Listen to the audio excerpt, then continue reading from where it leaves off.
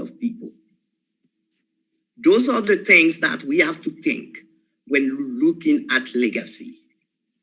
And so there are many people that have done, what I'm saying is based on research or different analysis of the politics of Haiti.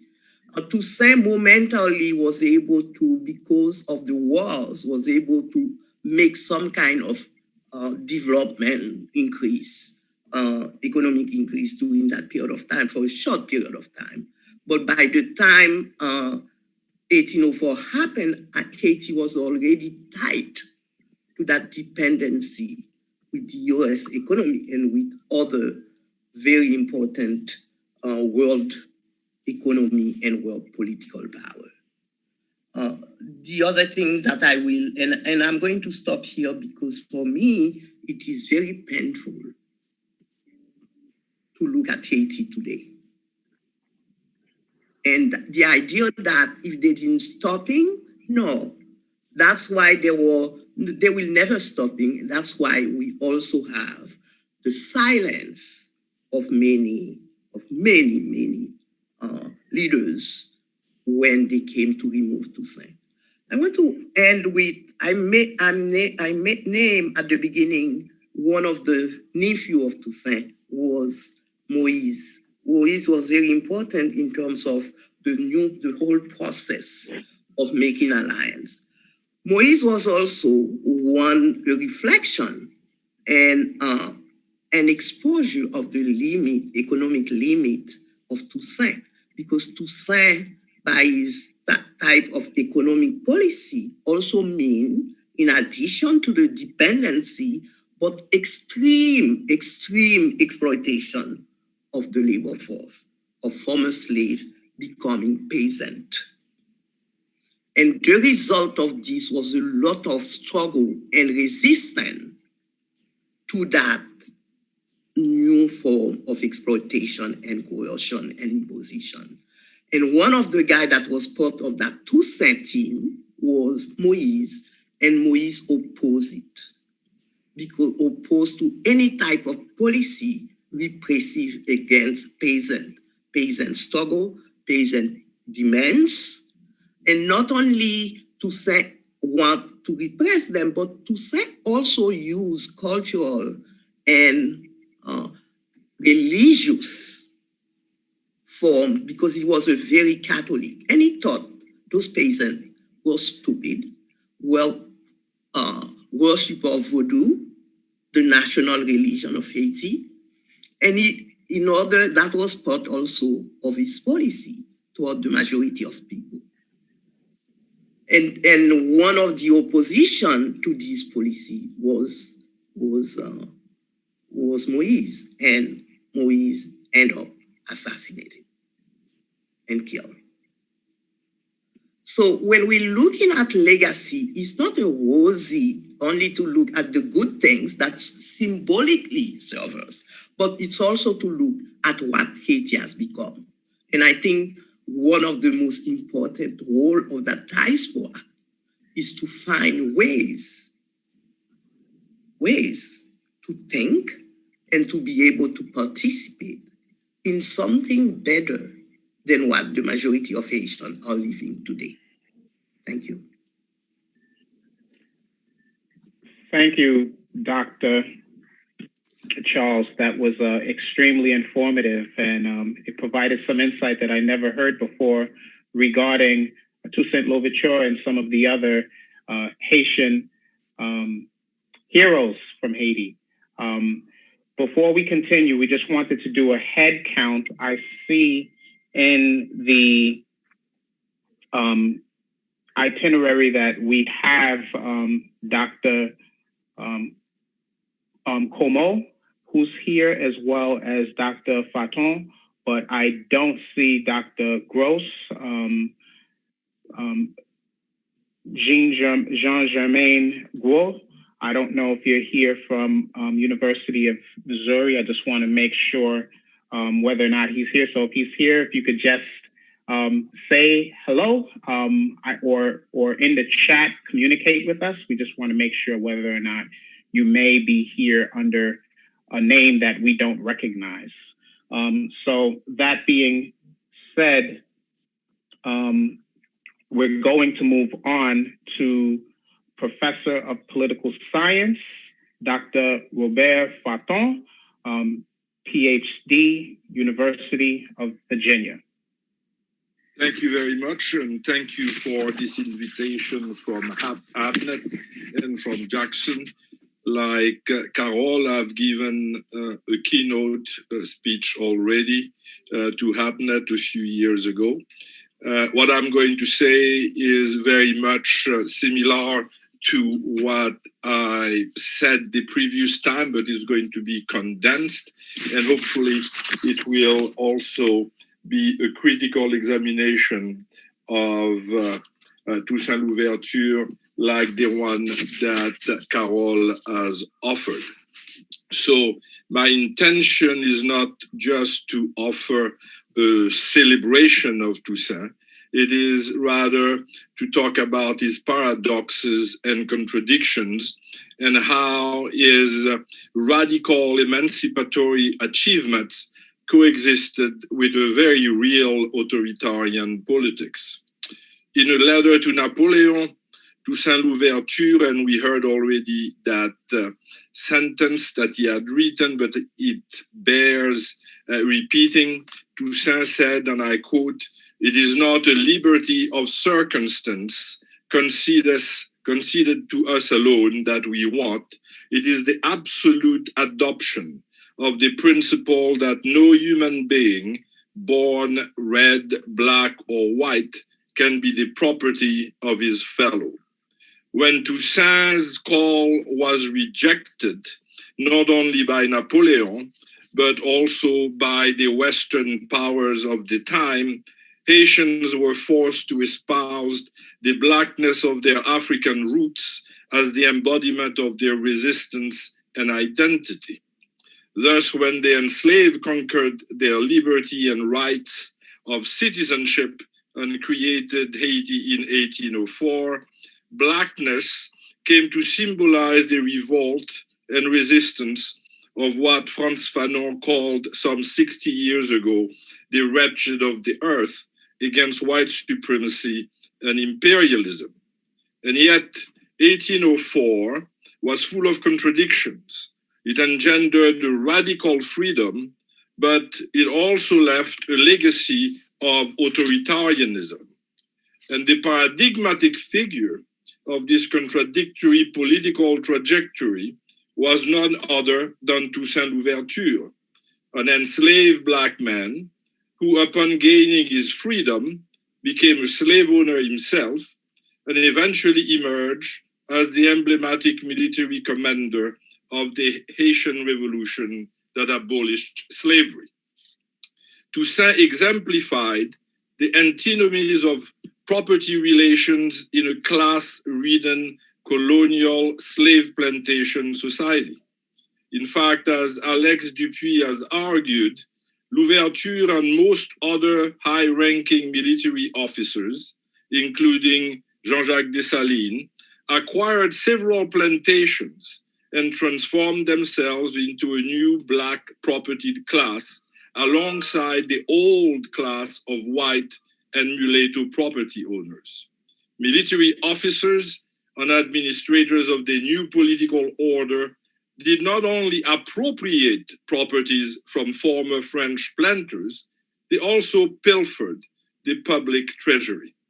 So the class project of the Haitian revolutionaries should not, however, obscure the critical contribution it made to universal history. It abolished slavery and claimed the equality of all human beings irrespective of their race. The pre-independence period of Toussaint's autonomous rule over Saint-Domingue between 1798 and 1801, which Sabine Manigat has called the Louverturian state, was a promise of racial equality. It guaranteed blacks, whites, and mulattoes the rights to hold both property and public office. The Louverturian state was thus a direct challenge to the dominant white supremacist world order. But the liberty it promised had confining limits. In fact, Toussaint's Constitution of 1801 envisaged the possibility of importing new captives from Africa to Saint-Domingue to repopulate the labor force that had been decimated by the Revolutionary War. While these captives would enjoy legal freedom, they would be compelled nonetheless to regimented and disciplined work on the plantations. So the multiracial Louverturian state abolished slavery, but it upheld new forms of servitude. It navigated between the revolutionary overthrow and the conservative preservation of l'ordre des choses. It reflected Toussaint's contradictory commitments to achieving complete political autonomy from, and at the same time, keeping strong ties to France. In fact, the imperialist civilizing values, as it were, of the French Revolution impregnated Toussaint's ideology. In 1799, according to Hippolyte Daniel de Saint-Antoine, Toussaint allegedly considered resigning his position as commander-in-chief of the island to wage a military operation in Africa that would abolish the slave trade and slavery. At this time, however, it was in the name of France that Toussaint envisaged launching his colonizing and emancipatory project. His ultimate goal was to make millions of Africans supposedly free and French. Toussaint was thus influenced by French revolutionary ideals. But what really inspired the Haitian Revolution and the Haitian masses was the struggle for human dignity ignited by the cruel experience of slavery. The philosophes of the French Enlightenment generated neither the growing communities of Maroons nor the slaves' violent resistance to slavery. In fact, the quest for liberty, embodied in the slaves' violent resistance, preceded the ideologies of the European Enlightenment, who at best lamented the existence of slavery, but had little to do with its abolition. What 1789 generated in Saint-Domingue, however, was a strategic transformation for the political society that existed then, because it intensified pre-existing ideological struggles. It exacerbated long-standing social tensions and increased mobilization for freedom. 1789 nurtured the seeds of a general insurrection and allowed the slaves to seize the opportunity to liberate themselves with the force of arms. Emancipation, however, was certainly not a gift of the French Revolution. This became extremely clear when Napoleon put an end to the universalist pretensions of 1789 and passed in 1802 the law re-establishing slavery in all French-held territory. And yet, Toussaint never fully abandoned his faith in the French Republic and its values, a fate that was betrayed by his deceitful capture by French troops in June of 1802. Thus, Toussaint not ultimately escape from he couldn't escape from the hard realities of white supremacy. The world capitalist system at the time of the Haitian Revolution was irrevocably racist. Toussaint, the enslaved man, was the norm for Black people. Toussaint, the Black slave owner and military officer who for a few months fought for the pro-slavery Spanish in 1794, was an anomaly. But Toussaint, the revolutionary general who ultimately led on enslaved people toward emancipation, was an existential threat to white supremacy. Napoleon knew it, and by incarcerating the revolutionary leader, he sought to decapitate the slaves' revolt. While Toussaint died as we know, on April 7, 1803, as a prisoner far from the shores of Saint-Domingue, as Napoleon intended, his demise in the Fort de Joux did not stop the slaves' insurrection. And indeed, soon afterwards, in 1804, the slaves of Saint-Domingue, led by Toussaint's military successors, Jean-Jacques Dessalines, Henri Christophe, and Alexandre Pétion, and many others, defeated Napoleon's forces to create Haiti, the world's first independent Black republic. In the process, they rejected violently the severe limitations of French universalism and embraced a new paradigm that no longer confined human beings to the invented status of superior and inferior racial categories. At the same time, they celebrated their Blackness as the symbol of liberation. Thus, those excluded from the dominant and allegedly enlightened liberal Western order could now become Haitian citizens and regain their human dignity. Indians, as we used to call them, the indigenous peoples of the Americas, and all enslaved individuals of African descent were included and celebrated in Haiti's radical political dispensation. By proclaiming and establishing racial equality, Haiti was bound to gain, on the one hand, the enmity of all Western powers, and on the other, the backing of those who endured the oppression and indignities of white supremacy. And it is precisely because the Haitian Revolution sought to erase race as the marker of human status that Western powers despised and denigrated it. Haiti came to represent a real and existential threat to the interest of Euro-Americans. And surprisingly, white supremacist powers sought to suffocate Haiti with punitive policies from the very inception of the Republic. Thus, the Haitian Revolution embodied ideals that were more democratic, were more radical and universalist than those hitherto produced by any revolution. Toussaint Louverture's Constitution of 1801, as well as Haiti's Declaration of Independence of 1804 and the Constitution of 1805, all proclaimed not only the emancipation from slavery, but also racial equality. And yet, the Haitian democratic project was severely constrained by an authoritarianism that reflected the realities of the domestic and international political economy. A system of despotic monarchism installed itself at the highest levels of governance. The militaristic and violent legacy of the revolutionary struggle for independence established a pattern of rule firmly rooted in command and control from above. Moreover, the founding fathers exhibited a messianic understanding of their role as leaders of the new nation. They saw themselves as indispensable, predestined rulers. In fact, Toussaint's constitutions of 1801 left to his successors the heavy legacy of a despotic paternalism. Articles 28 and 30 of the Constitution firmly entrench the type of personal absolutism that has characterized much of Haiti's history.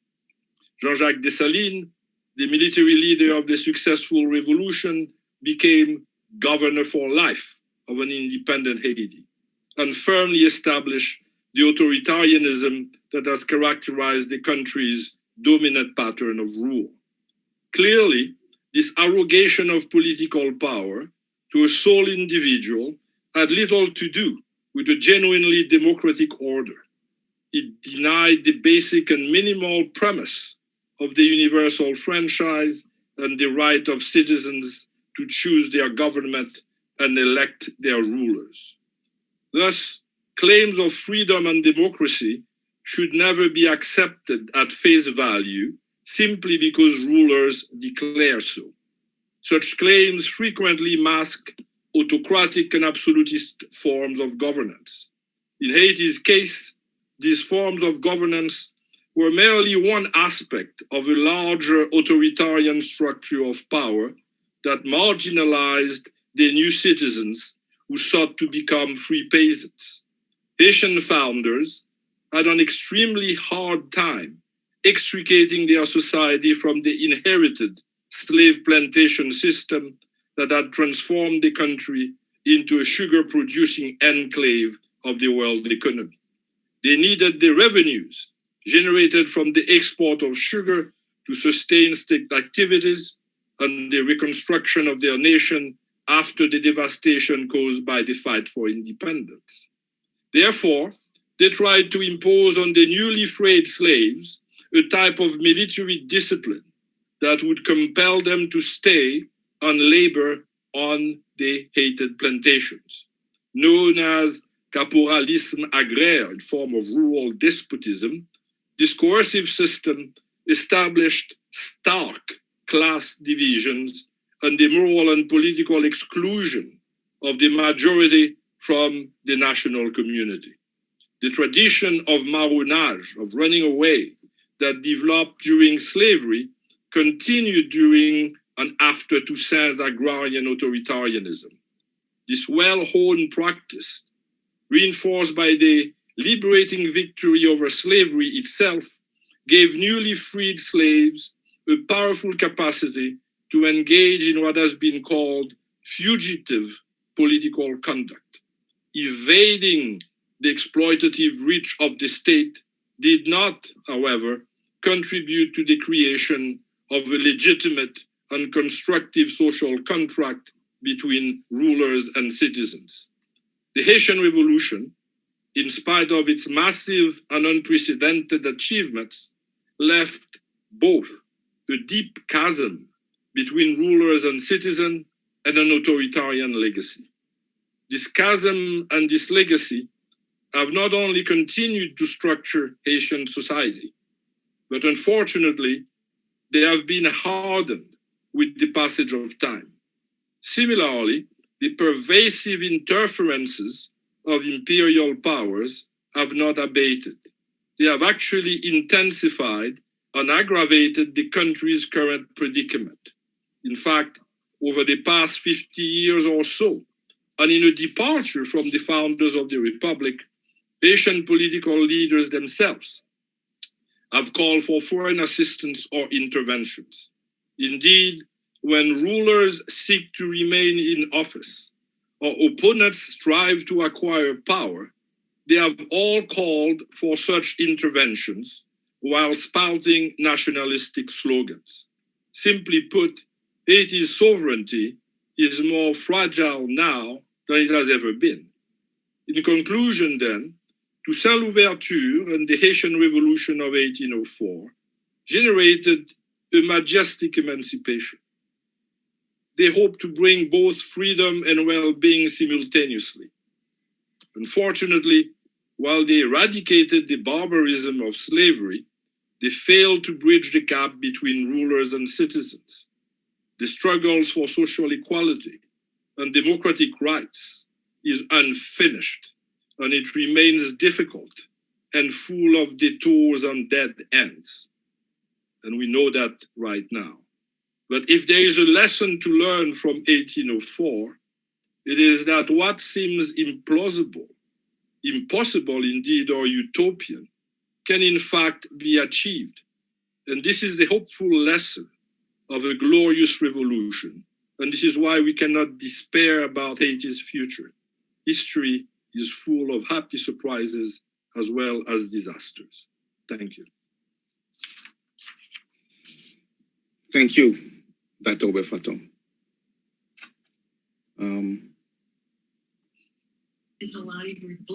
Madam Chairwoman with Pierre. Yes, we are going to introduce next. Let's see.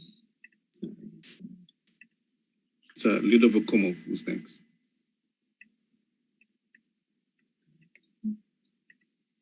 It's Professor Ludovic Como is the next one. Is the next one.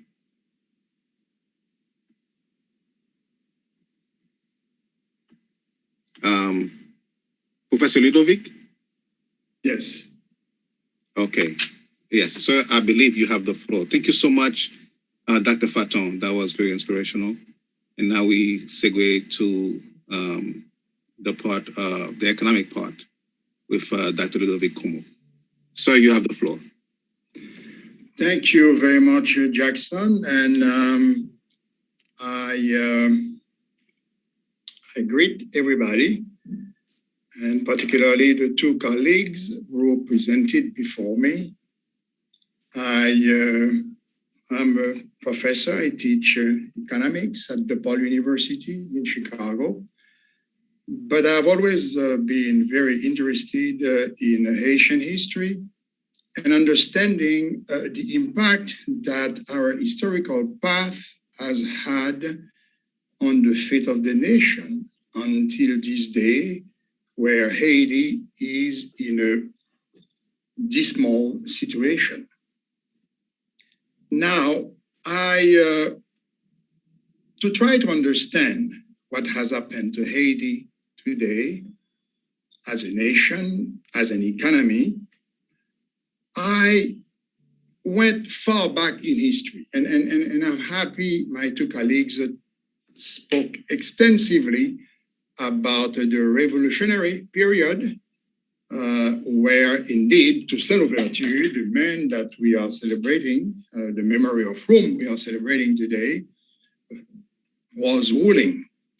And when I look at the different ways that the revolution, as the Revolutionary War and the fight for emancipation has evolved during those 13 years of revolution, but also considering the work of students of Haitian history, and the best being like Leslie Manigat, Gérard Pierre-Charles, Laennec Urbon, Benoît Joachim, etc., Claude Moïse, Alain Thionnier, Georges Corventon, and these are the most recent students, the most recent writers, researchers of Haitian history, but also those that were a bit before them, like Jean-Bryce Mars, Athénor Firmin, Edmond Paul, Louis-Joseph Janvier, de Maisons de l'Homme, etc. I came to understand that Professor Leslie Manigat was right when he spoke about une crise haïtienne, a Haitian crisis with capital C in crisis, and a Haitian crisis that started at independence, practically, even before independence, and continued throughout the life of the nation with different phases. So what's happening today, and before he passed, even since after 1986, when the country entered a period of protracted political instability, he called it the modern phase of the Haitian crisis. And the apparent inability of Haiti to sustain economic prosperity. And what I mean by that is that we've had periods of prosperity in Haitian history. The first one that we could cite is the kingdom of Henri Christophe, right after independence, right after the assassination of the father of the nation, of Dessalines, and when the country was split between the kingdom of the north and the Republic of the West and South with Pétion. That in the economical annals of Haiti, that was our first period of significant prosperity, significant by the metrics of the time, indeed. And then we've had to wait until practically the end of the 19th century, the government of Lysius Félicité Salomon Jeune, to have another period of relatively significant prosperity. Of course, they've had governments that done a few things here and there. Giffard is one of them in the 1860s, but really a fairly long period of economic prosperity was with Salomon. And then we had to wait now 60 years. So from Christophe to Salomon, that was about a 60-year period. And now we had to wait another 60 years from Salomon to now reach the time of the government of Estimé, Dumarsais Estimé. And actually, in economic studies, we tie Estimé with Magloire because Magloire has kind of continued what the economic policies that Estimé was able to do, and his achievements in less than 4 years in power, which was fairly remarkable. So then we consider the years from 1946 to 1956, and we call them the golden age, of l'âge d'or d'Haïti in terms of economic headways. And then the last period that we can cite, now it's the decade of the 1970s.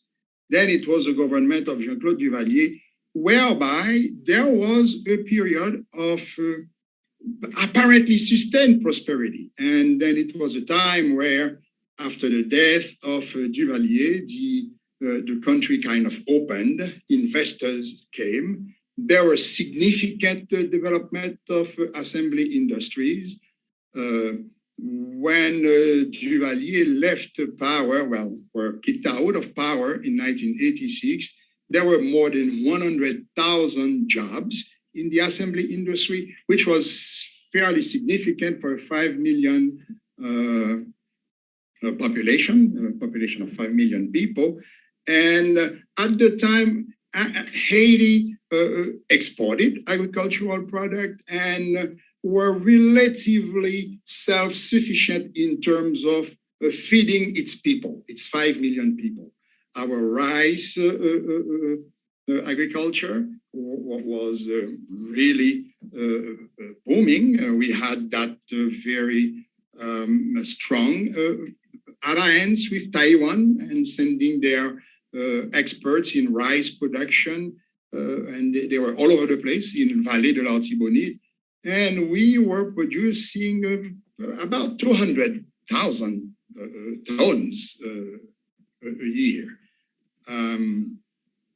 Now, I don't think we do even 80,000 today. We're talking 35, 40 years later. And unfortunately, well, during those 1970s, because of this assembly industry stuff and other things that happened in terms of production, both in primary manufacture and also agro industries. There were the Facolef firm in Cavaillon producing tomato paste, ketchup, jus poire, jus pêche, etc. There were La Laiterie Nationale that was created. So there was some activities, and the economy sometimes in the 1970s were growing at a rate of up to 8%, which was very significant. 1976, 8%.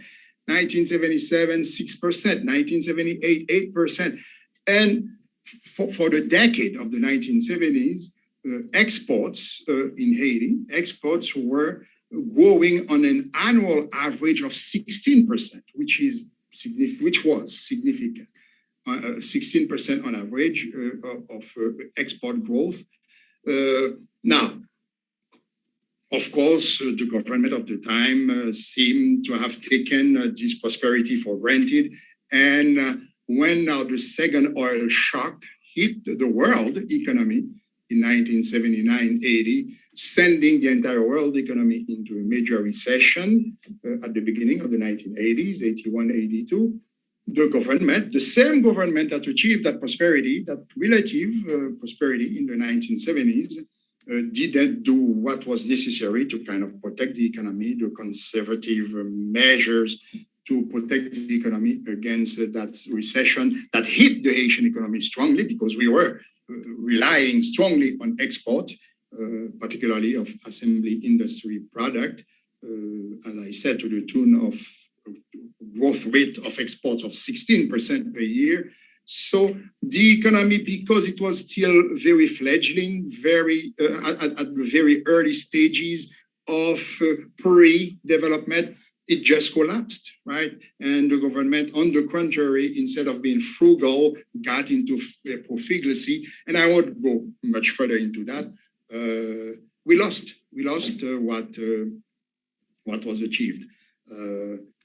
But as another piece of statistics that I could share, the economy, the GDP of Haiti's economy, the gross domestic product is a measure of the productive capacity of an economy, how much goods and services are produced at a certain period of time, either a quarter or a year.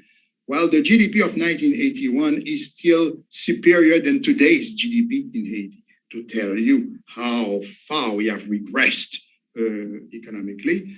And during that period now, that 40-year period from the early 1980s to the early 2010s that we are here now, so during that 40-year period, the population of Haiti more than doubled.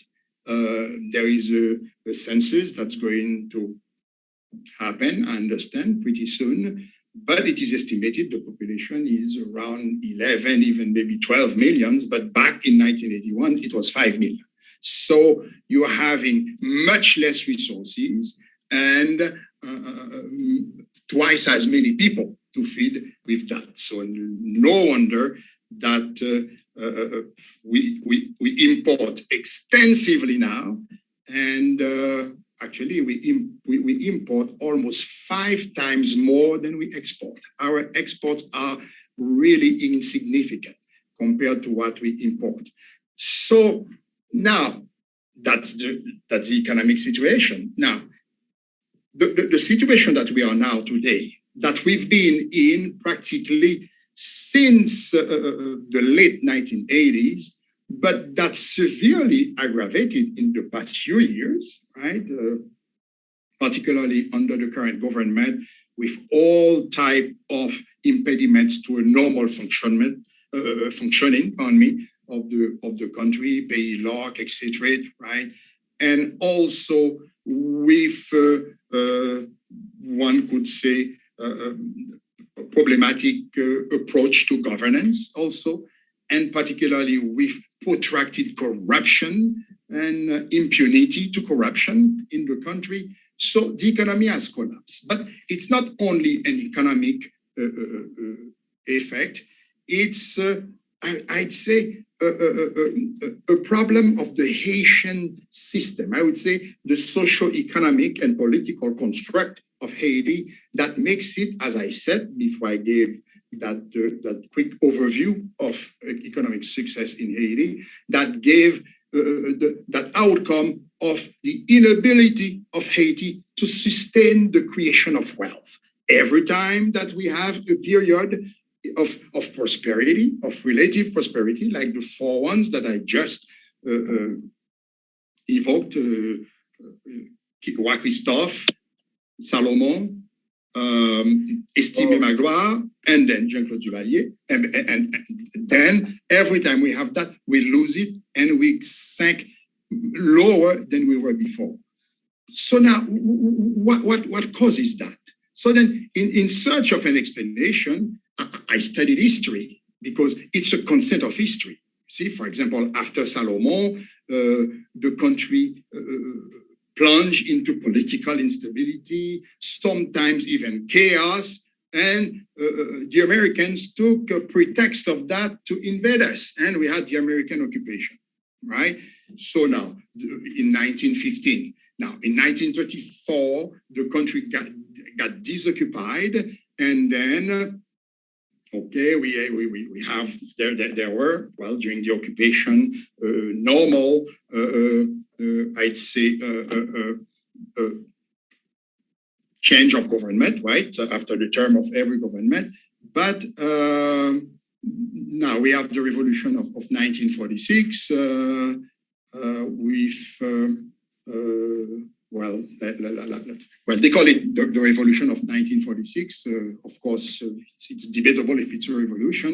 But then that started a new period of instability that gave us Duvalier. And now to understand now the issue of the inability of Haiti,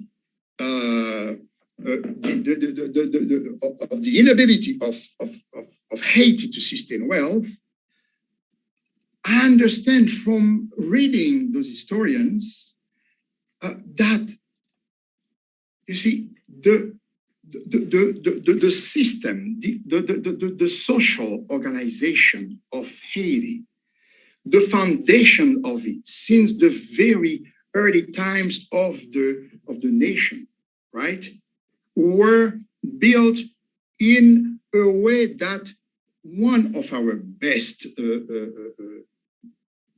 historians, Michel Wolff-Trouillot, who died too early, he was at the University of Chicago.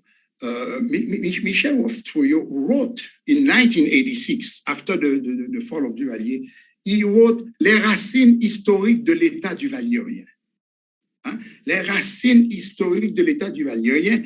And when you read that, and I would recommend that you guys read it. Well, I don't know if it's in English. That would be the historical roots of the Duvalierian state, right? Well, the point is that the country, and that was mentioned by the prior speakers here tonight, in some extent, the country started in the context of the state, l'État, functioning against the nation. Against the nation in the sense that you have I would say you have those structural problems which are at the foundations of the, formation of the Haitian nation, to the point that it is questioned whether we are a nation. And those structural problems that go back to the early days of the nation, that gave us a totalitarian and authoritarian state, well, gave us the so-called Duvalierism, right?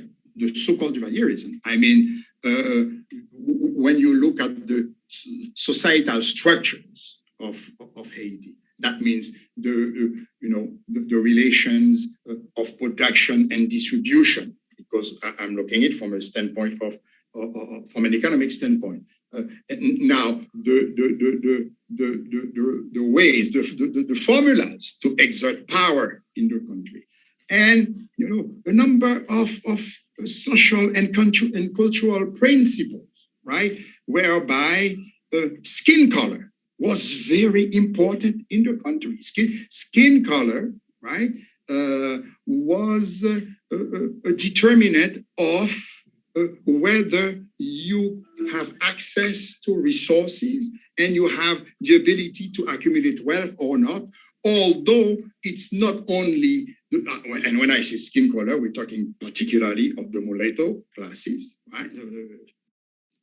Now, we do also have a bourgeoisie noire, and somehow there've been some form of alliance between them to enrich themselves on the back of the mass of former slaves, right? The so-called peasantry, right? The so-called peasantry. So now the state, the Haitian state became a predatory state.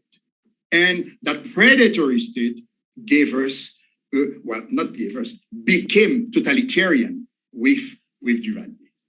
And this is because now it was never a question to ensure the emancipation of the people. And now the issue is very, I'd say, sensitive and complex and nuanced, and should be looked at, I believe, from a variety of perspectives. Finally, maybe, and Michel Wolff did that. I told you about his Les Racines historiques de l'État du Vanirien, but he wrote other stuff early on, way before. He wrote Titi fait bouler sous l'histoire d'Haïti in 1977, where he studied also those historical, I would say, underpinnings of Haitian, of Haiti and of Haiti's, from my standpoint as an economist, of Haiti's historical economic failure. Now, would I render Toussaint Louverture, now, since we are celebrating this great man, would I render Toussaint Louverture really, would I fault him for having been an authoritarian? I don't know, because, well, I've not studied the history of political regimes over the past 3 centuries, like in the 18th century, for example, where the late 18th century, where Toussaint Louverture was emerged as who he was. I don't know that democracy was the order of the day, right? So being authoritarian, it seems to me, was the way to be, right? And the issue was not necessarily to the fact that they were not that Toussaint was not a Democrat, right? I don't know if that was even conceivable at the time. I don't know, but it sounds kind of difficult to me to conceive. But the fact that Toussaint, my perception of what he did, is the fact that he maintained a very strict discipline of production, arguably one could say too strict system of economic production. But I would say that it was, for me, the way I've always seen it as an economist, it was the necessity to maintain, I'd say, the capacity of the island, and particularly the colony of Saint-Domingue, its capacity to produce, because we're talking a 13-year revolutionary war, right? That started in the very early 1790s, right? So there were damages, physical damages to the land, to property, to the capital goods of the time in the colony. There were severe, protracted, repeated, constant damages to that economic basis, and it made sense to me that he wanted to maintain some discipline in order to produce. And this is kind of a capitalist way of doing. I mean, now we have all these controversies. For example, here in the United States, people are, well, employees are heavily criticizing Amazon, for example. The big centers of Amazon, they tell you they make them work like robots, and they sometimes don't have time to go to the restroom. It was kind of the caporalisme. Now it's the caporalisme industriel. I believe Mr. Jeff Bezos of Amazon, that I find when I read about that I find is comparable to the caporalisme agraire of Toussaint Louverture. So, now the issue would be if now those leaders, first Toussaint Louverture, then Dessalines, if they didn't want actually the human emancipation of the mass of workers, of the mass of former slaves. When I keep saying former, because there was that proclamation of freeing the slaves by Sonthonax early in the 1790s. So now it seems to me the purpose of that revolution was for the black man to reclaim its humanity, not to become, a Democrat. I don't think that was part of the thinking at the time. And now going into Dessalines, was there some, I'd say, collusion, right, between Dessalines and the class of les anciens libres, those who were the offsprings of the former colons. It's possible because there is a report where it is said that Dessalines told them, "Plumet pour là va quitter le cueillir." Well, it's reported. If it's true or not, I don't know. So that means there was some corruption, but also Dessalines got assassinated, right? Dessalines got assassinated, and why? It is believed that because he wanted, in the sharing of what the colons left behind after after la bataille de Vertières, after November 18, 1803, and that the anciens libres, the mulattoes, were saying that, well, these properties are for our fathers who left, so we are the heirs. And then Dessalines is reported to have said, to have protested, well, what about the black people here, the former slaves, whose fathers remained in Africa? Will they have nothing? And he was promptly assassinated less than 2 years following independence. So I think it's complex, and we have to be careful, right, making attributions to those towering leaders, our ancestors, those who made men, human beings of us when we were animals and we were not supposed to be able to enjoy the attributes of our humanity. So I will conclude saying that when I read that analysis that l'état prédateur d'après l'indépendance, the predatory state following 1804, that reinforced himself.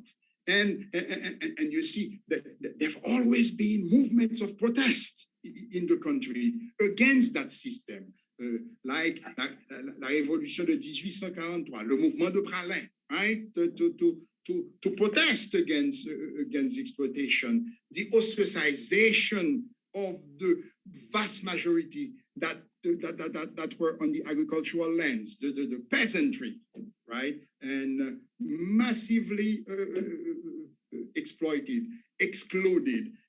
The French language being used to exclude them. They are not taught French, but they are being spoken in French in order to be more perfectly and effectively mystified. Right? And throughout history, we have les Piquet, les Carco, etc. They've been fighting for a change, for the exclusion, for the exploitation.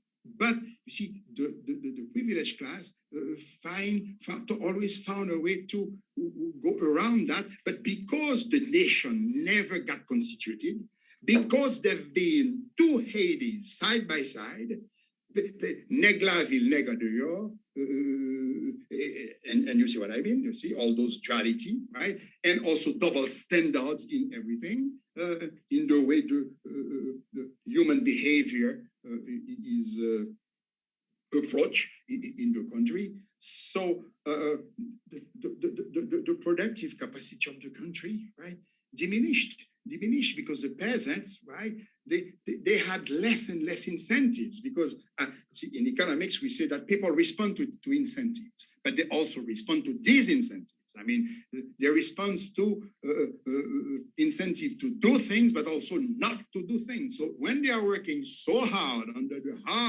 harsh Caribbean sun, and they cannot really decently enjoy a reasonable portion of the fruit of their labor, well, then very early in the 20th century, they started emigrating to Cuba and then massively to the Dominican Republic, and now everywhere. Now we are people of nomad. So my conclusion is that we really need to go deep into those roots that continues. we got the political freedom, the political independence, theoretically, from France, but we didn't get the cultural, the mental independence. This is what explains that we had the Concordat in 1860 with Giffard, who got the French, clergy to come back to, educate our elite. After what we did to them in 1804, after Dessalines declared on February 25, 1804, le massacre général des Français. Only those that could be useful, médecins, physicians, pharmacists, etc., were spared of that. And then we found a way to get them to come back a couple of decades later to educate our elites. Of course, we saw what type of elites they gave us, right? So I believe we really need to go deep into those underpinnings and to effect that profound, some would say even radical change that we need. And this is not boasting, this is not using, flamboyant words. I don't see, because you see, I do a lot of things in Haiti. I go, since after the earthquake, I go to Haiti 4 to 6 times a year. Even in that COVID year last year, I went 2 times, and I spent 1 month. I just spent 1 month in Haiti. The way I see things, there is no tete lang possible by now.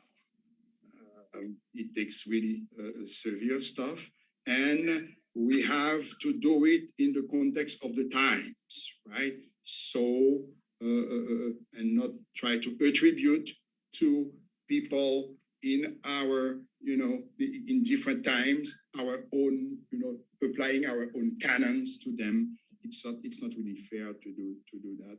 And really to conclude, this is my 4th conclusion, I guess. Right? Yes, we have to wrap up. Toussaint Louverture. He's been given a bunch of loads of what happened to us. Toussaint Louverture didn't last long, right? He promulgated the 1801 Constitution, and it got, taken in 1802. See, I don't think Toussaint Louverture did really have a ruling period to provoke all the change, all the impact, all the impact that is being accused of, I believe. So I think I had to say that in the day of celebration of this wonderful man called Toussaint Louverture. Thank you so much, Dr. Ludovic Como, economics professor at DePaul University. Thank you so much, sir. It was a very, very important economic history. Right now, we want to segue real fast into a cultural video. Just let everyone deflate a little bit.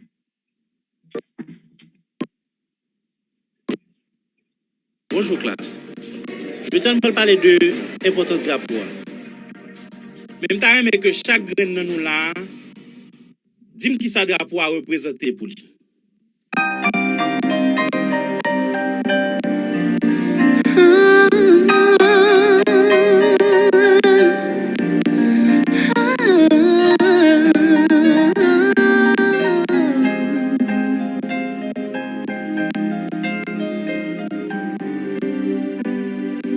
Drapeau m'nan c'est coulé sam qui t'est coulé pour liberté. Coulé pour mieux pas de ouais comme quoi moi t'es un monde d'année. Drapeau m'nan c'est pas facile sous un jeudi à l'exister. C'est grands-parents qui t'est campé face à l'époque puis gros la mer. Drapeau m'nan représenter changement l'histoire l'humanité. Son bagaille de rôle ou car elle serve pourtant l'extrêmement compliqué. Drapeau m'nan c'est lui qui rappelait l'Amérique à le monde entier. Haïtien yon pas accepté pour mon esclave aucun côté. Drapeau m'nan sorti depuis l'histoire qui jamais existé. Histoire ancêtre New York t'es sacrifié pour nous libérer. C'est pas yon fable, c'est bon roman. Non plus c'est pas yon conte de fait. C'est première fois ça t'arrive. rive, c'est monde là qui t'a pral changer. Drapeau c'est un coucher moins, mais pas le couler, moi fait couler pas changer. Fait couler pas changer. Les rouges là c'est fierté moi, mais fait sembler la vérité couler en bas pour moi. Drapeau a pas qu'à comprendre que jodi a nous diviser. Devise nous ligne, fait la force, mais malgré ça, nous préjugés. Plaisir tripi, ini force pour libérer toute yon race. Pourtant nous-mêmes comme descendants, nous séparer tête nous en classe. Drapeau ça, t'as tout échangé, si c'est état, ça n'a prêté. Il pas de sens pour nous encore, tellement nous qu'une pas semblé. Drapeau nan li lè li temps pour prendre place où t'es gagné. Même chanter nan temps longtemps pour ta mais ak nek Guinée. Drapeau nan ton coup soleil, yo pense que pas ta chambre briller. Il rappelait que mon jodi a, c'est fait hier il te commencé. Drapeau nan pas inquiété même si ou t'en ouais des fois blasé. Joue quand même fuck yo campé pour valer comme mérité. Drapeau c'est tout cheveux loin, mais pas le couler, moi fait couler pas changer. Fait couler pas changer. Les rouges là c'est fierté moi, mais fait sembler la vérité couler en bas pour moi. Couler en bas pour moi. Yon jour gen pour river, y'a suspend passé ou en papier. Waval jeunesse pas mérité. Y'a point de couvert symbole liberté. Drapeau c'est un coucher vers moi, mais pas le couler, moi fait couler pas changer. Couler pas changer. Les rouges là c'est fierté moi, mais fait sembler la vérité couler en bas pour moi. Couler en bas pour moi. Couler en bas pour moi. Couler en bas pour moi.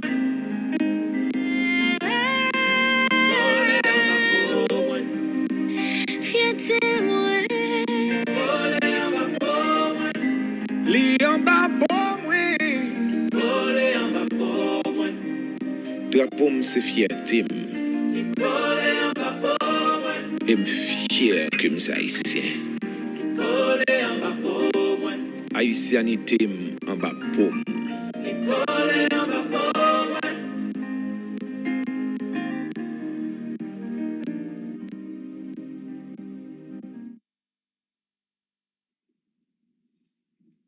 Thank you so much. We needed that little cultural presentation. Before I continue, I want to recognize some of my family members here. Madame Jacques Jean, Mommy Chérie, how are you? Qui j'en ai? Yes, thank you. Thank you for being here, Mom. Thank you for being here, sis. I see you, Anna.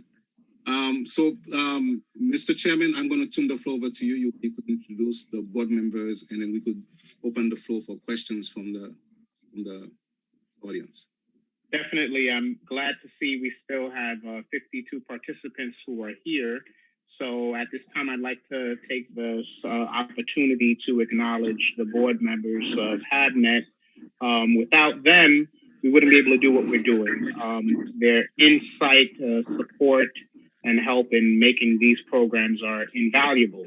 So we have Yvonne Moisseau, Margaret Choknas, Dr. Max Jean-Paul, Roberto Samdi, and Barrington Eddy.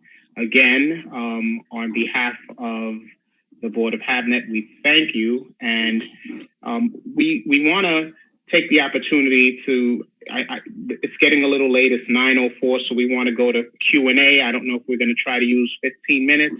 And the Q&A is supposed to be the opportunity for the participants to ask the presenters primarily follow-up questions. It's a great opportunity that we always use with the Toussaint Louverture. So that being said, Jackson, I'm not sure how you want to moderate that or how we're going to do that, but this is the opportunity for the Q&A. Let's just open the floor for questions, and you guys, you can filter the different questions. I also want to recognize my wife, Martin Rockingster. I see her here. My sister, Mariana Ramsey, my sister, Jean. Hello, family. I have to recognize them.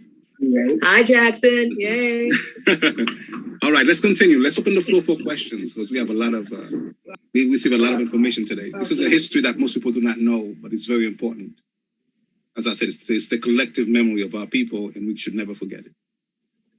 So, Jackson, if I may quickly, I got my teenage daughters and older daughter here who sacrificed their evening to come listen to me. So, and also my wife, Maud Toussaint. So I'd like to acknowledge your presence, and my girls, Nia Bell, Anne, and Emily's. Thank you for indulging. Thank you. I understand, Dr. Como. It's important. So do we have any questions for this illustrious panel?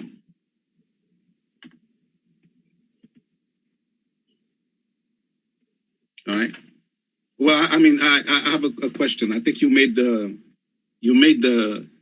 connection between the founding of Haiti and the situation in Haiti right now. Although I think we may have been able to do more in terms of having enlightened leaders, people who would put the interests of the country before that of their own. But the ambivalence, the duality, the dichotomy is something that we see in the United States as well. It's just that I would say the difference is the degree, right? The degree of which, we try to have some kind of harmony between authority, civic engagement, economic development, right? And at the same time, have to have, you want to have peace. And in the United States, we have the history of espousing the Declaration of Independence that all men are created equal. But we held slaves in this country for a long time, until 1865, until the Civil War. So the ambivalence is real, right? It's very hard to integrate, economic determinism and the ideal of, human rights for all. So this is my interpretation of it. I think ambivalence is kind of it's like a human thing. We as human beings, we're both good and bad, and as nations, we're both good and bad. So what do you think? And anyone can answer.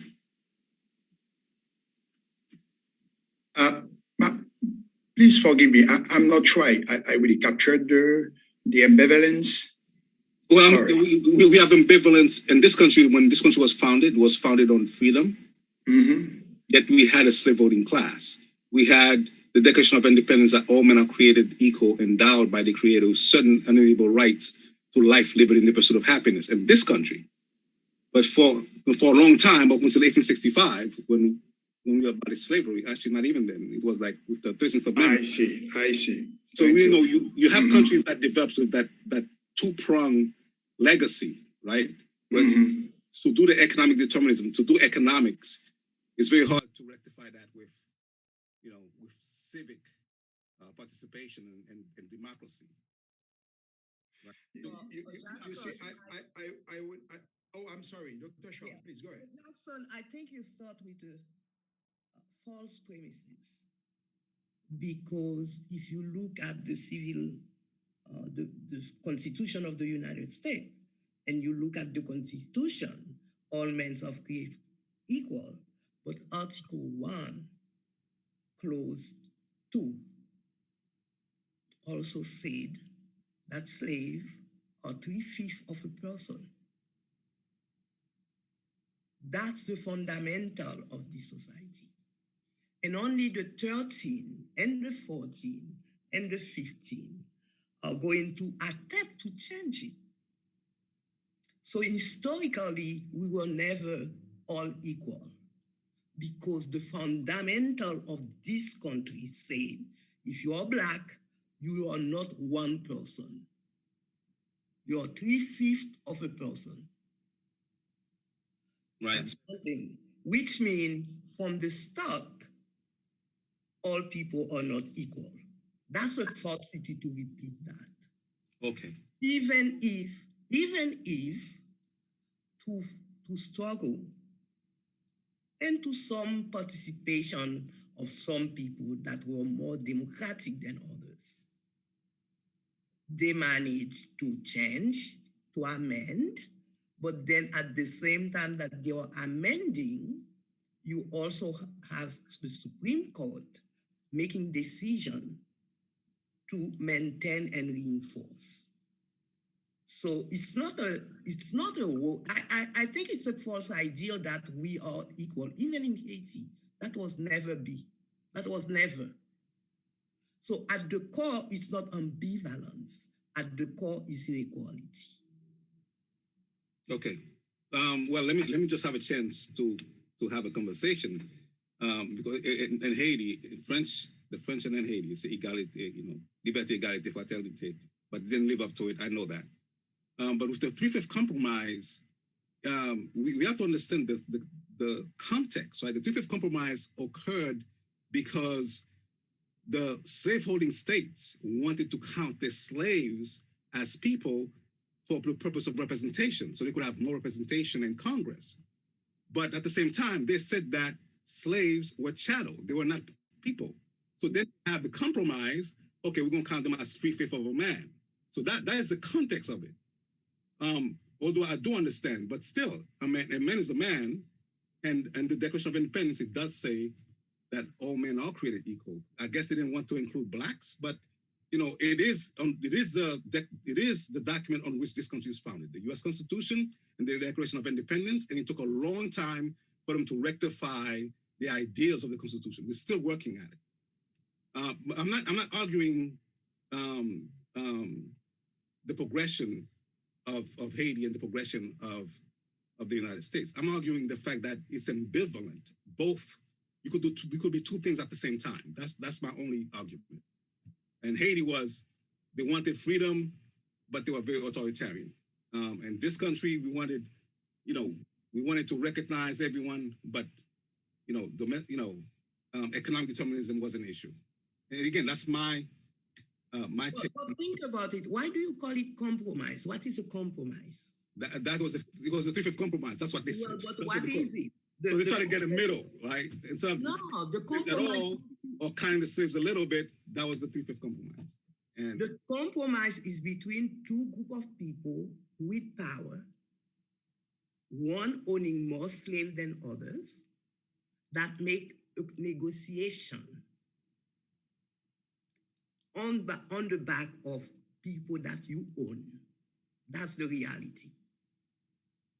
You own certain group of people, and the compromise is we're not going to count those people as one citizen. We define them as 3/5 of a person. That exclude them from voting, that give more power to the South that own most of them. That's nothing to do with that idea of everything is equal. We're talking about power, we're talking about inequality, we're talking about exploitation. We should never forget that and repeat the myth of equality. That's a myth. Yes. I said this, it's an ideal, right? It's an ideal.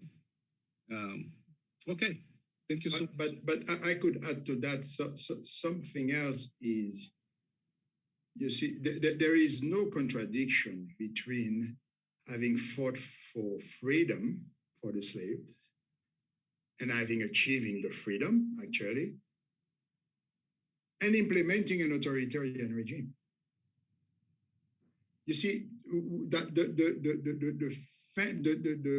I'd say the idea that freedom, now it's part of the civil liberties, right? What we call the civil liberties, right? The free speech, right to worship whoever you want, etc., right?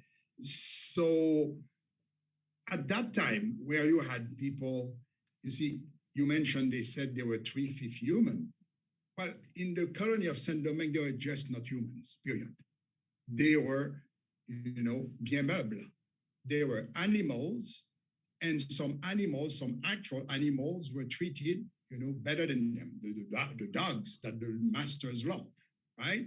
The horse, etc. They were treated better than the slave, particularly l'esclave d'exploitation, right? So the very fact of no longer being a slave and claiming one's basic freedom, we're not talking freedom of speech, freedom of this, freedom of that, right? Did that preclude implementing an authoritarian regime? I believe at the time. This is why I believe it's important that we don't look at those past times where, per my understanding, democracy was not the order of the day. We should not, I think, analyze them from our eyes today, right? From our canons, societal canons today. Can I ask you, what is a slave? Someone with no freedom. Yeah, being here or being in the United States, what is the status of a slave? Are you asking me? Yeah, what is the nature of being a slave? When? You mean now? Or? Anytime, anywhere there is slavery. And it's part of the whole world system. Anytime, any place where there is slavery, you have the same status. Someone owns you. Yeah, your property. Mm-hmm. There is no liberty. No, someone owns you and has the right to kill you, to take your children. You don't own your children. The one who owns you own your children. I would like to mention that if you look at the 13th Amendment, it says neither slavery or involuntary servitude except as punishment of crime. Therefore, parties shall be duly convicted, having been duly convicted. So if we look at the 13th Amendment, which acknowledges our liberty and freedom, it makes an exemption for being detained as a convicted criminal. Right. So I think that's unbelievably important when we look at the Black community, when we look at the diaspora. And it's not the first generation, it's the second and the third generation that are disconnected from the Haitian culture. And as we see how they fall victim to what traditionally has befallen the Black Americans and descendants of American slavery, we see our community getting entrapped into the criminal justice system. And even when they finish their sentence, they can't vote. In some states, in federal elections and city elections, they have a scarlet letter on their forehead. So when we're looking at economy, when we're looking at socialization, those are the things. And I think what's important here, it's a coin, and there's a good and a bad to it. And the bad is the history that we don't want to forget, but the good has to be all of the opportunities that we have. Look at the elected officials, people of color that we have throughout. Look at our former president that we had for 8 years. And even though there are things that we can say we didn't like when they said the porter in chief, but that is aspirational. And that lets us know that we're no longer 3/5. We know that the Missouri Compromise is over, and, I think America's society, they then go too far and say, well, we fought a civil war. Well, a lot of Americans are still fighting a war, and I remember when I was watching CNN 2 weeks ago, and the reporter was surprised to report that they didn't know so many Haitian migrants were coming through the southern border, as though it's okay for the Latinos to come, but I'm surprised to see Haitians are here. And it's like, why? You know, we have a right to be here too. And if they're going to change the law and change the policy and change the enforcement, everybody benefits. So even when you look at how they reported and the surprise that they had, I was taken aback by that, because you would think that they would be encouraged and say, let's see how the Biden administration is going to treat Haitian who are coming here looking for the same sort of economic freedom and opportunity that people from Ecuador, El Salvador, from Honduras, and from Mexico are looking for. So I think this is extremely important to have academia here sharing information so we can take this and, you know, it's like adding fuel to our fire. And I'm very grateful that everybody's here. I would like some of the participants. I'm in military time. It's 21:21.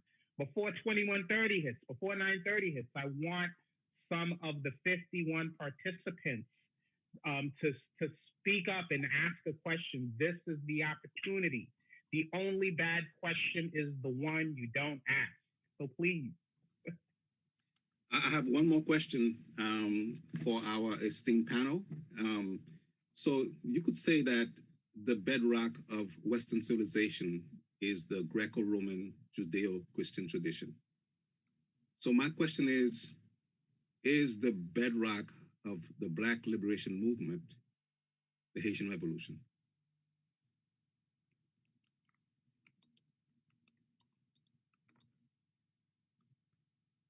Anyone can answer. Well, I guess we'd have to define the bedrock, right? Foundation. If you mean, I guess maybe culturally, right? Or because I'm not comfortable, you see, with the term of bedrock. What I know from what I read and many non-Haitian Blacks that I've come across, that Haiti means something in terms of having shown that we were human beings after all. And we went all the way into claiming that humanity.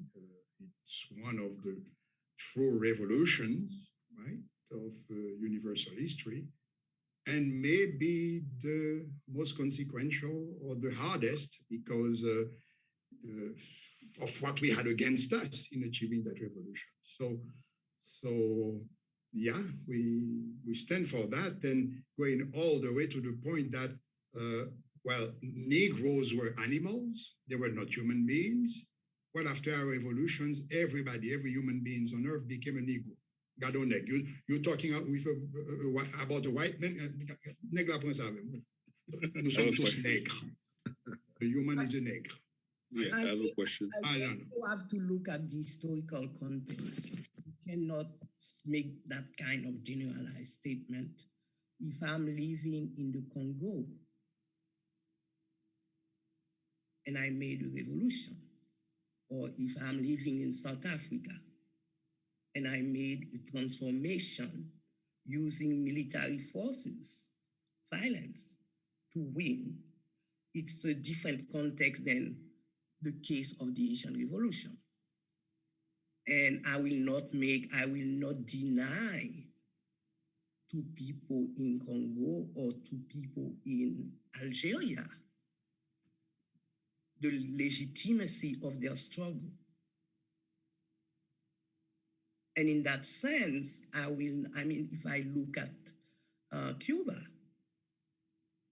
what happened for most Cubans, what happened in 1959, in addition to what happened in the 1800s, 1890s, is connected, but it's two different processes.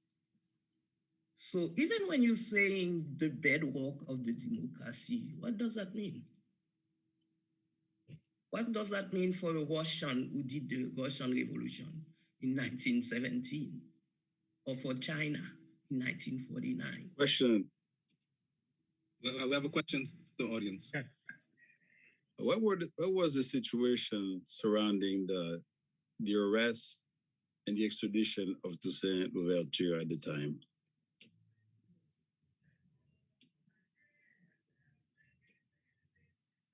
I think it's a very complex question, and I think the time of Toussaint had ended. That's the way I read it. I mean, he did the first phase. First, the slaves did the first phase with their leaders, the Biassou, all those people that disappeared by 1804. They're not there anymore. Those people that were Africans or that were Bossal, as we say, compared to a Creole, those people were not the same, who were not to some extent the one that going to emerge from the time of Toussaint and becoming in 1804 other leaders. And like one example, Toussaint built what happened in 1791, the people that are going to be in the leadership to lead to 1804 are different, because one of the things that Toussaint did was the construction, as Walter would say, the construction of a military institutional army, l'armée indigène. They're not former slaves. Those are people that have been to war from 1790, and besides those who were Maroons, rebellion. Those people that start after, from the time that we're thinking when Dessalines and even when Toussaint was there, that become leaders, institution, militarized group, are not the same that what we know before 1791. Toussaint's role is exactly to create that very institutionalized military army that did the war. When les 1804 arrivaient, c'est l'armée qui a battu avec l'autre monde. C'est pas esclaves qui étaient en rébellion ou bien en marronnage. C'est l'armée qui a expérience avec, with the French, with the English, with the Spanish. So in that sense, when one is thinking, and this is the journey of Toussaint, is that capacity. And then you have Dessalines, who has different, it's like Dessalines and that leadership said, okay, Toussaint est en phase, li passe, li pat cap faire indépendance, because that's not in his thing is abolition of slavery and all this. Non, tête li pa gen nation, pa gen independence nan tête li. That's what Robert was saying. He wants to negotiate that. And then Dessalines emerged, and it's more radical. And this is why Toussaint always received from the West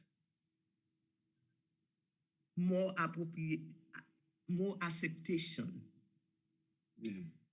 Because those Dessalines were radical. Yes.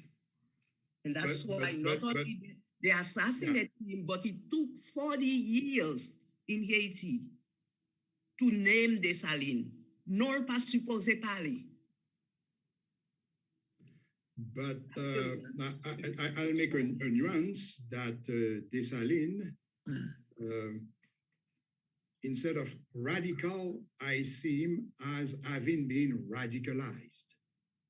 Because until Toussaint was taken away, and there is this controversy about whether Toussaint was a victim of treason from his guys, but Dessalines was a loyal lieutenant of Toussaint. What happened to Toussaint is that he did not envisage independence, and he was right. The way I take it is that he envisaged, he forecasted that if he had pursued independence, and arguably achieved it, because if Dessalines could achieve it, I guess Toussaint, if he wanted to do that, he would achieve it also. It seems to me in his political genius, he understood that we would be so much ostracized. we would have the world against us. And this is why we did not have the world against us. Let me finish, please. This is why I think that the Haitian Revolution is really more significant in terms of the odds it has to fight against, right? So since now Napoleon, he sent that letter, du premier des Noirs au premier des Blancs, he sent that letter to Napoleon. And Napoleon didn't accept his proposal that to give some level of autonomy to Saint-Domingue, but we would remain under le giron français. As a response, Napoleon sent one of the most formidable expeditions, military expeditions, to not only tame Toussaint, but put, it is said, the blacks back into slavery. So when they took Toussaint, Dessalines had no choice but to radicalize. So you came back, not only you want go with Toussaint's proposal, but you want to put us back into slavery. So then that's it. Liberté ou la mort, then there is no turning back. We have to get independence. I have a question that I have from a Christy B. She said that her background is noisy, so I'm going to read her question for everyone. It says, love the parallels that are being drawn tonight, Haitian Revolution and BLM, as well as Louverture and Washington. Where do we go from here? What would it take to spark another revolution, but a political one, to establish or re-establish a democratic state? It's the ongoing conflict considered a revolution. Why or why not? Anybody wants to take it? What conflict? I would say if you look at the fact that George Floyd protests since his passing, everyone has said that this movement has been bigger than the entire civil rights movement. So if there's a movement, I think it would be the BLM movement, and looking at it and saying, what can the community here now do? So I think that's the movement. And she said the connection between BLM and Haiti and Toussaint Louverture and Washington, as though somehow we are astray, and now how can we get back but do a political revolution? Well, I think there is a real issue here when you look at the protests and call that a revolution. What strikes me is that to a large degree, the BLM movement has to some extent been co-opted by most of the very strong forces of American society. When you have corporations like Amazon, Nike having a woke moment, I have my doubts about a revolution. I think what happens is that the American system has always had an amazing capacity to take very radical movements and appropriate themselves and to some extent neutralize them. And that's what I'm afraid that we are going to get.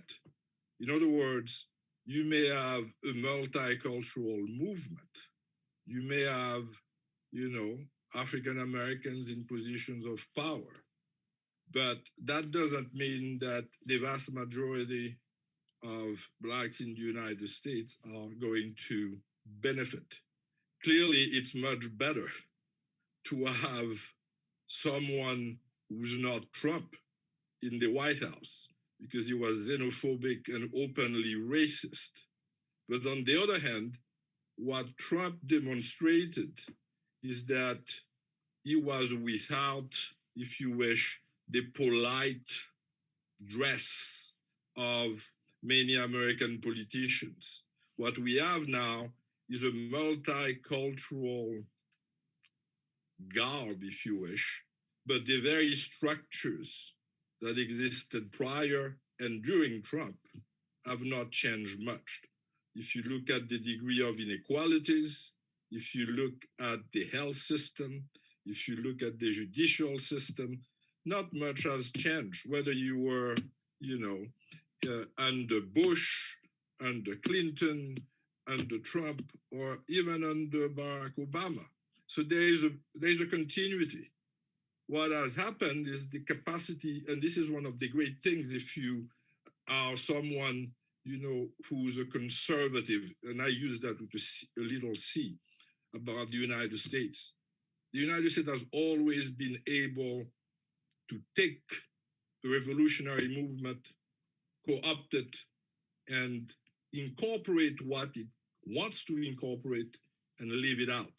So you have at the top, different people, but the very structures, I don't think they are fundamentally different than they were. Obviously, they have been changed since the 1960s.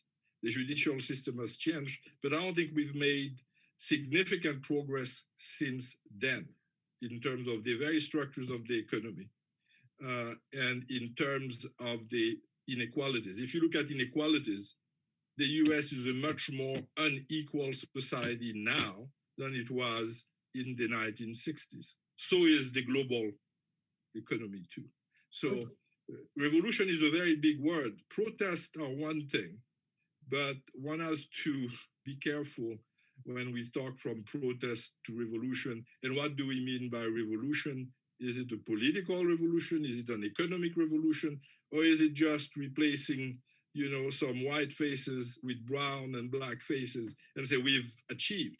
Now, that's very nice and jolly, but I don't think it changes the fundamentals for the vast majority of Americans. The vast majority, even the middle class, has had a very hard time since the 1990s. And the 1%, and we call it 1% because it is the dominant group in the United States. It controls something like 80% of the wealth of the United States. That was not the case in the 1950s, was not the case in the 1960s. But Bob, the problem with your argument is that it denies agencies to a lot of people in this society. And when I said agencies, capacity and ability to be part of a process of social change, that is not necessarily, as you said, a revolution. I don't know what people have in their mind in terms of revolution. Revolution is complete transformation of the structure of that society. We never, I guess, only in the Haitian Revolution, the American Revolution, you have that type. And even there, we still have exclusion, most slave, all slave. And other people were not part of this. On the other hand,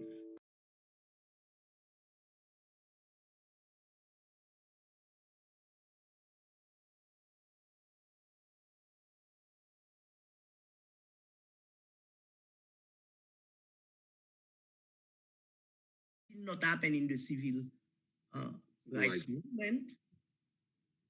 So I think one is forced to rethink what is social change? What are change that have permanent or transformative impact? So the same way that, and I think we have to always contextualize. We cannot talk, nobody will expect, for example, that the George Floyd will be televised and that police leaders are accusing you are breaking the blue code. For me, this is important. More than waiting for us, we don't have the capacity in this society when you're talking about the revolution, given the structure of this society, or it is entrenched in terms of inequality and power. One has to think differently. How can you create change and transformation that have a lasting impact on the life of the majority of the people in this society? And I think that's what we should aim in. Thank you so much, Dr. Charles. Thank you so much. I think we should have one last question, David. There's a lot of questions that are in the chat. I wanted to get one that I saw was from 914 from Marlene Forrest. And it says, thanks for the presentation and invite. History tends to repeat itself. I know Haiti's political system has been tumultuous and chaotic. Why can we get along? I don't know if she means why can or why can't we get along? Would things change someday? And then there was another question, which I think is very similar. Where is Haiti's military? And then another person said, who's enforcing law and order? So I think all of those kind of go together.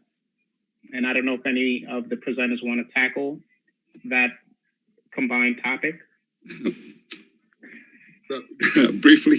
Getting along is a complicated business in Haiti, given the degree of inequalities, the chasm between a very small elite and the vast majority. Now, that doesn't mean that you can't have reforms, that you couldn't have a government that would not be corrupt, that you wouldn't have a government that could at least try to eradicate some of the most pronounced forms of corruption and authoritarianism. That could happen, and let's hope that it does happen. But on the other hand, when you have a society that is so divided, I mean, if you go to Haiti, you step out of the airplane, you can smell literally the degree of inequality. You can sense it. It's everywhere and anywhere.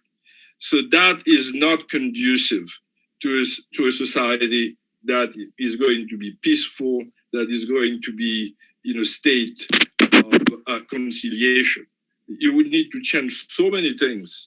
Now, on the army was abolished. There has been a recent attempt to reestablish it, but it's really a very small army. The national police was supposed to be the big arm, if you wish, of order, but that also has been deeply problematic. If you read the latest about the Haitian police is itself divided. There is a group which is called Phantom, which is a bunch of police officers who fight the police. So you don't really have an effective police. It's been also very corrupt. And that disintegration of order has led, if you read the news now, the proliferation of gangs, which are also affiliated to different political parties, to the government, to businessmen, everything. So you have a disintegration of political order, which has really led to a disintegration of a sense of morality in some aspect of that society. When you see what the gangs are doing, it's very, very depressing. The violence with which has been used against poor people, against women, it's really terrifying. One would hope that that would disappear, but it's not an easy process. As I've said, we have such divisions. And if you look at the slums are not parcel between different gangs. So there is a disintegration of the social order. There is a problem with the recreation of a semblance of civility and civic obligation. And the way we are going with this government and the incapacity of the traditional opposition to do anything about it is very distressing. Now, to some extent, I will join Carol, because I was not suggesting that agency is not important. Because in Haiti, you've had also significant protests on the part of the youth, on the part of lawyers, on the part of women's group, part of trade unions against corruption. 2 years ago, there were massive protests against corruption in Haiti. Now you have protests against, the abolition or the referendum about the constitution. So there is something going on. The question is whether that something going on can be powerful enough to displace the powers that be and to create something better. And this is a very difficult process. No one knows where it's going, but I don't want to leave you with a completely pessimistic scenario. But there is something, maybe we don't see it well, underground that is moving. The question is whether it will, in fact, reach the capacity to change for the better the current situation. But you also have those actors that are international actors, those who make decisions really. And I'm talking US, Canada, France, those three. Anything that happened in Haiti have also the end of those players, and they are the most important one. So it's not Haitian people that don't know what to do, that are stupid or that are violent. It's also those international power that define and decide elections, candidate, who win, who doesn't win. I agree with you. I mean, about the Constitution, it's absolutely astonishing that you have a president who violates the Constitution in order to replace that Constitution with a new Constitution. It's completely it's a violation of the basic clauses of the Constitution. And you have the United States, the UN, the French, Canada saying, go ahead, make my day. This is really a bizarre, well, it's not that bizarre because we have a past history. We know what that means. We saw it with Martelly. We are seeing it with Jovenel. We saw it with Aristide. So the powers that be, the so-called international community, has a heavy hand in the problems of Haiti and in the current situation. That's not to say that Haitians are not also responsible, but there is a complicity between external and internal actors that keep things going in conditions of permanent crisis. And that is something that is leading us to the precipice. I don't discuss it anymore because it's so depressing. I want to thank our panelists. I want to thank the people for these questions. Martin Rockingster wanted to ask one question. I want to recognize her last because she's my spouse and I would never live it down if I don't give her a platform. So and that'll be the last question. Ask the question. Thank you, Jackson. As I was listening to everything that was said, and I was thinking about Toussaint Louverture, and in his time, we had the revolution. And I heard we talked about slavery, and slavery was about, to me, slavery was really about the economic aspect of it, pure and simple. It was really about the money. And everything else that happened was horrendous, but the bottom line is always about the green, and we know that. So, like in this country, the laws are embedded about racism, about Jim Crow, the GI Bill, the redlining. So all these things and the disparity between people of color and the white people, we know all these things. We see it in economic, in health insurance, in health, I should say, and we see it in education. And I see it firsthand in education. So we know all these things.